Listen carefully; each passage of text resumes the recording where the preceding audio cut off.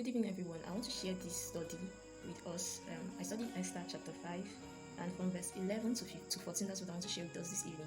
And it talked about how Haman acknowledged that he had great riches, multitude of children, and everything in which the king had promoted him, and how he was above the other officials. And moreover, he also mentions to his wife and to his friends about the banquet Queen Esther had prepared for him.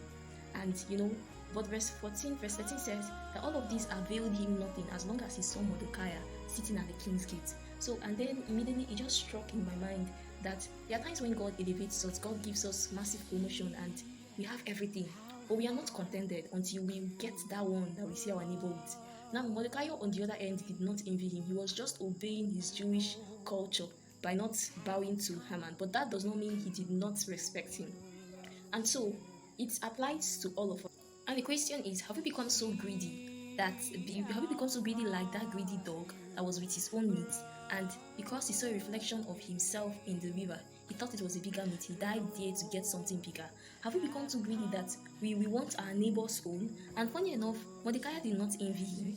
Now this reminds me of 2 Samuel chapter 12 verse 1 to 6, about how Prophet Nathan came and told King David of how the story of a rich man and that had herds and flocks and a poor man, and then the rich man went ahead to take the poor man's only flock.